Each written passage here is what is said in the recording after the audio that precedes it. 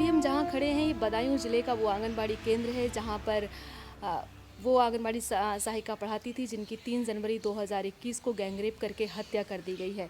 आज हम उसी गांव में उसी जगह खड़े हुए हैं। हमारी माँ यहाँ से 5 बजे निकली थी शाम को। क्या फ़ोन आया था महंत का? बाबा का फ़ोन आया था क्या? बाबा का फ़ोन आया था 4 बजे दिन में जी। तो माँ यहाँ से 5 बजे निकली थी। हमसे ये बोल के कि मंदिर पर पूजा करने जाने सुबह आऊँगी मैं। वहाँ पे उनका पीयर भी है, हमारी बहन की शादी भी हुई है वहीं से मेमली से। तो रात को 11:30 बजे वो 3 लोग आए थे गाड़ी से और दरवाजे पर डाल के चले गए। आपने पूछा नहीं कि कहाँ से? बेदराम से पूछा, उसमें एक उनका चेला था, उससे पूछा इनको क्या हुआ तो उसने ये बोला कि मैं आया तो ये मंदिर पे बेहोश पड़ी थी। किस अवस्था में आई थी मम्मी घर पे? मम्मी घर पे आई थी तो खून बहुत निकल रहा था और मम्मी कुछ भी नहीं बोल रही थी, उनकी सांसें भी नहीं चल रही थी और एक पैर टूटा हुआ था। और फ़ोन भी टूटा हुआ था? फ़ोन भी टूटा हुआ था।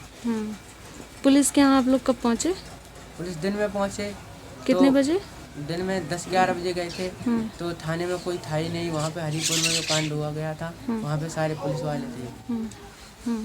तो इसके बाद से फिर पुलिस कब आई यहाँ पे आपके यहाँ? फिर हमने 112 को कॉल की, फिर पुलिस आई और पोस्टमार्टम। पुलिस कितने बजे आई थी लगभग? 4 बजे आई थी शाम को। हाँ जी।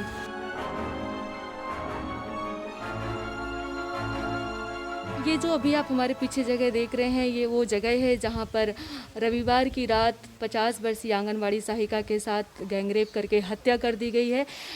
यहाँ पे एक ऐसा बताया जा रहा है कि यहाँ पे एक महंत रहते थे, 2 लोग और रहते थे। महंत अभी फरार चल रहा है। महंत पर 50,000 रुपये का इनाम घोषित किया गया है। 2 आरोपी गिरफ्तार किए जा चुके हैं।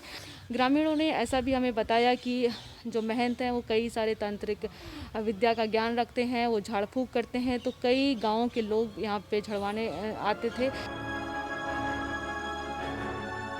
फंसा रहे हैं, झूठे केस में फंसा रहे हैं हमारे पति को। हम तो जो चाह रहे हैं अगर कमी हो उनकी, गलती हो तो उन्हें सजा दो, गलती ना हो तो उन्हें छोड़ो। पुलिस ने क्या कहा कि मिट्टी जला दीजिए जाके? बोले क्या करोगे, तुम पे पैसा नहीं है, क्या केस चला लोगे तुम, और तुम चली जाओगी, तुम का पैसा लगा लोगी, बुजुर्ग हो तुम, इसकी मट्टी ऐसी है, पंचनामा भर के जरा दूँ।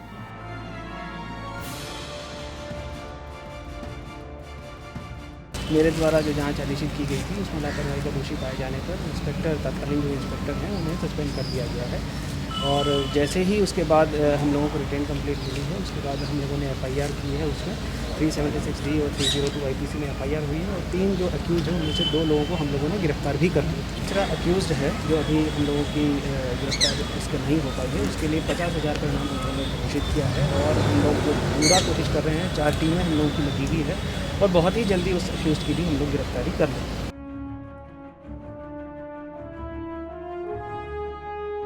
अभी हम जहाँ पे खड़े हैं ये मृतिका का वो कमरा है जहाँ पे वो रहती थी। इनके परिजनों ने हमें बताया कि मृतिका को पूजा पाठ करने का बहुत शौक़ था। वो घर की एक पहली कमाऊ सदस्य थी जिससे पूरे घर का खर्चा चलता था। पीड़िता की जो ज़मीन है वो अभी गिरवी रखी हुई है, जो उन्होंने अपनी बेटी की शादी में गिरवी रख दी थी। इस परिवार पर और भी कई तरह का कर्जा है। आइए हम इन परिजनों से जानते हैं कि ये अभी इनकी माँ की डेथ के बाद इनके बच्चे किस मुश्किल में आ गए हैं, अभी इनके घर का खर्चा कैसे चलेगा। मेरी का तो माँ ही घर चलाती थी सारा। मेरी शादी हुई थी तो 30,000 में गिरवी रखी गई थी ब्याज पर जमीन, ब्याज पर रखी गई। उसका रुपया भी नहीं जा पाया है। 2015 में मेरी शादी हुई थी तभी गिरवी रखी गई थी जमीन। जी 2-2.5 बीघा जमीन है। घर पे कुछ भी नहीं है, खाने को नहीं, रुपये भी नहीं है, निकी का दाना है, कुछ भी नहीं है। कल भी बहुत सारे अधिकारी आ रहे थे, बातचीत भी कर रहे हैं कि वो मिलेगा वो मिलेगा। हम तो हमें नहीं पता कुछ मिलेगा नहीं, हमें जब भरोसा होगा जब हमारे हाथ में आ जाए तब। अब प्रशासन पता नहीं क्या करेगा, हमें जब भरोसा होगा जब उन्हें कड़ी से कड़ी सजा मिलेगी।